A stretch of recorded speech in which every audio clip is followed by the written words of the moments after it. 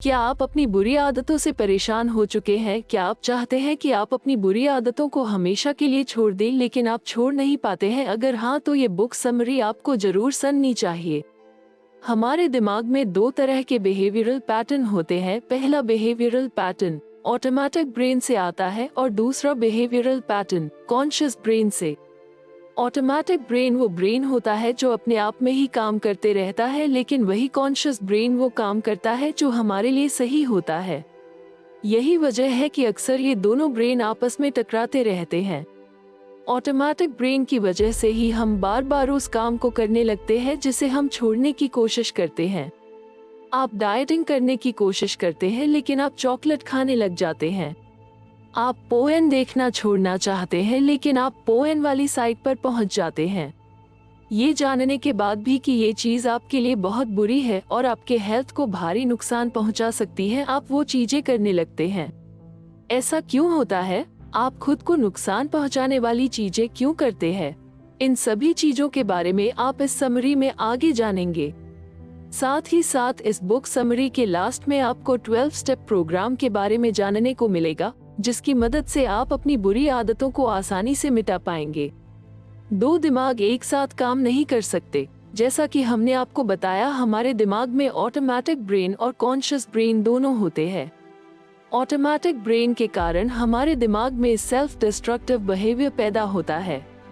मतलब automatic brain हमारे mind को इस कदर कंट्रोल करता है कि हम वो काम करने लगते हैं जो हमारे लिए नुकसानदायक है। जब हमारा ऑटोमेटिक ब्रेन हमसे कोई ऐसा काम करवाता है जो हमारे लिए नुकसानदायक है, तब हमारा कॉन्शियस ब्रेन हमें रोकने की कोशिश करता है, लेकिन ऑटोमेटिक ब्रेन पावरफुल होने की वजह से कॉन्शियस ब्रेन पर हावी हो जाता है, जिसकी वजह से हम ना चाहते हुए भी खुद को नुकसान पहुंचाने वाले काम करने लगते हैं।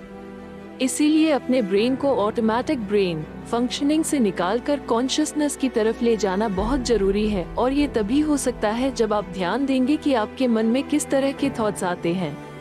अपने थॉट्स की तरफ अवेयर होकर आप आसानी से अपने ब्रेन को कॉन्शियसली वर्क करने के लिए प्रोग्राम कर सकते हैं।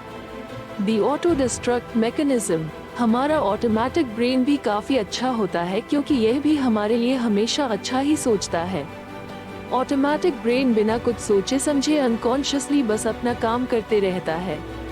मतलब ये है कि यह ब्रेन बिना हमारी जानकारी के अपने आप डिसीजन लेने लगता है।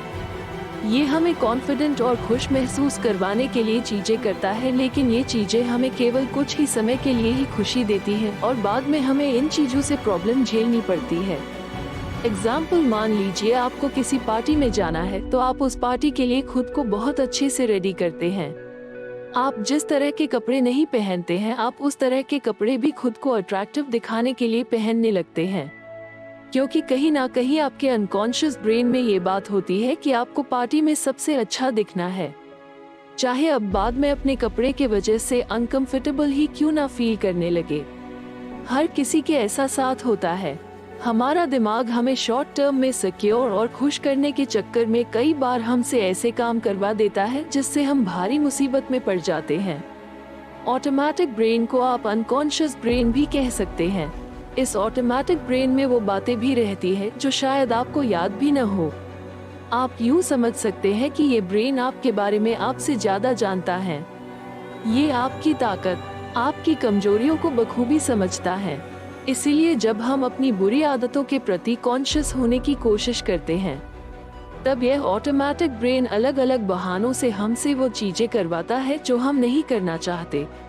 हमें शॉर्ट टर्म प्लेजर देने के लिए ये ब्रेन हमारे इमोशन को कंट्रोल करता है, जिसकी वजह से हम ना चाहते हुए भी वो काम करने लगते हैं जो हमें वापस हमारी बुरी आदतों की तरफ ले जाएगी, क्योंकि तब हमारा पूरा कंट्रोल हमारे ऑटोमेटिक ब्रेन या यूँ कहे कि हमारे अनकॉन्शियस ब्रेन के पास होता है।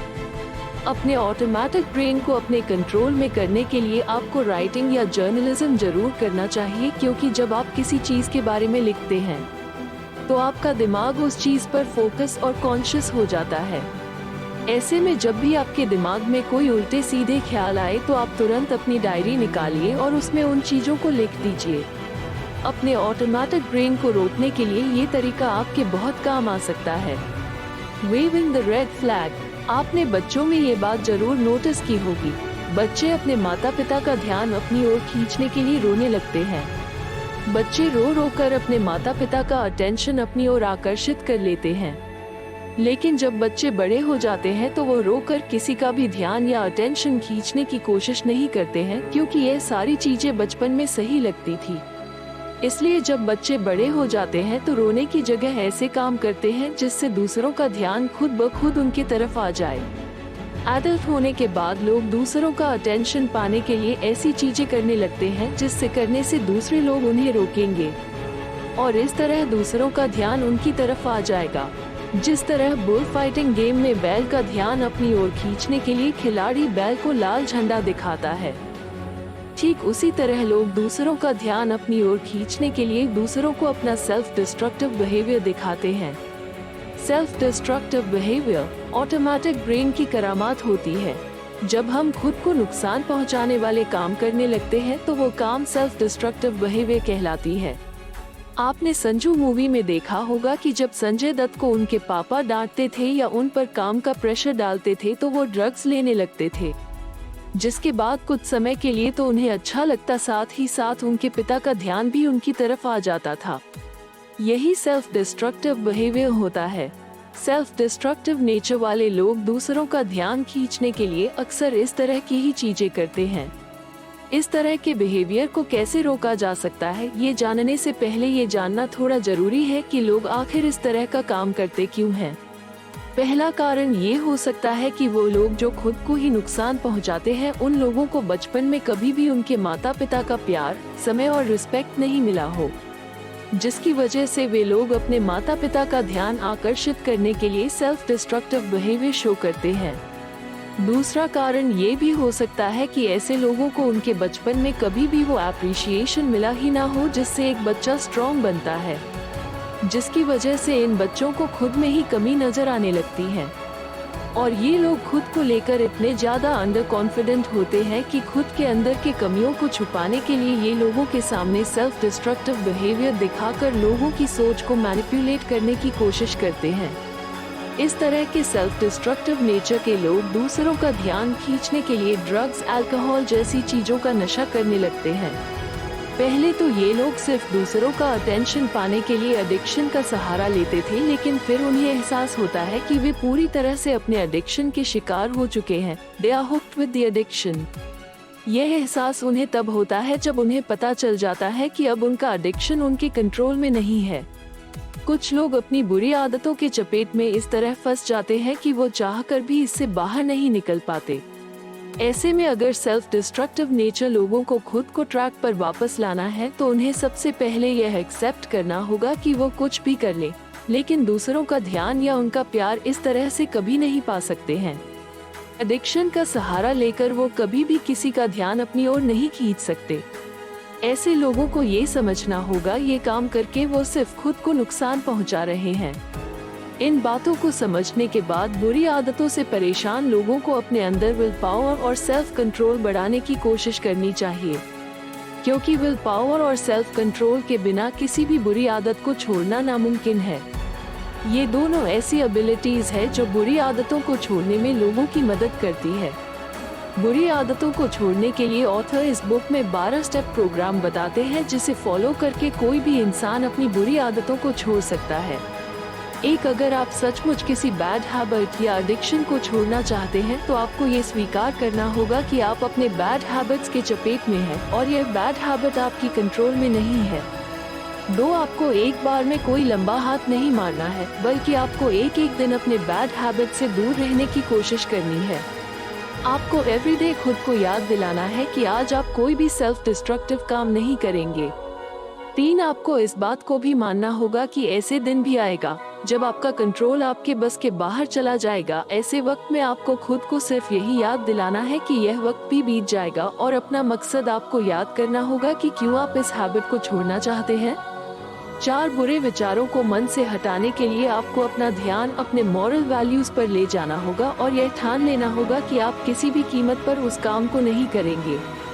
5 अगर आप अपनी बुरी आदत को हमेशा के लिए पीछे छोड़ना चाहते हैं तो आपको उन लोगों से माफी मांगना होगा जिन्हें आपकी वजह से तकलीफ हुई है। 6 अकेले रहने की जगह अपना समय दूसरों को दीजिए और उनके साथ अच्छा समय बिताइए। 7 मन शांत करने वाले एक्टिविटीज की प्रैक्टिस कीजिए। मन शांत करने के लिए मेडिटेशन प्रैक्टिस कीजिए। मेडिटेशन बुरी आदतों को दूर करने के लिए सबसे अच्छा तरीका माना जाता है, क्योंकि ध्यान से आप अपने थॉट्स को लेकर अवेयर हो पाते हैं, जिसके बाद आप अपना मन बुरी चीजों से हटाकर उन कामों में लगाते हैं जो आपके लिए सच में जरूरी है। 8 आदत को हमेशा के लिए दूर भगाने के लिए आपको ये सोचना चाहिए कि you can fake it until you make it, क्योंकि जब आपका हौसला टूटने लगेगा तो ये बात ही आपको मोटिवेशन देंगी। 9 बुरी आदतों को छोड़ने के लिए आप अपनी दोस्त या थेरेपिस्ट की मदद ले सकते हैं। 10 अपने बुरे विचारों से छुटकारा पाने के लिए आपको लिखना शुरू करना चाहिए, क्योंकि जब आप लिखेंगे तो आपका ध्यान कॉन्शियस तरीके से उन बातों पर जाएगा जिसे आप नहीं करना चाहते। 11 अपने ऊपर ज्यादा प्रेशर मत डालिए और छोटे छोटे स्टेप्स लेकर अपने बैड हैबिट्स को दूर कीजिए। 12 इन सभी चीजों को आपको एक दिन नहीं बल्कि हर रोज करना होगा, और शायद आपको काफी लंबे समय तक इन चीजों की प्रैक्टिस करनी होगी, तभी आप अपनी बुरी आदतों को छोड़ पाएंगे। तो दोस्तों, इस समरी को सुनने के बाद आप अपनी बुरी आदतों को आसानी से छोड़ सकते हैं, लेकिन बस आपको कुछ प्रोसेस फॉलो करनी होगी।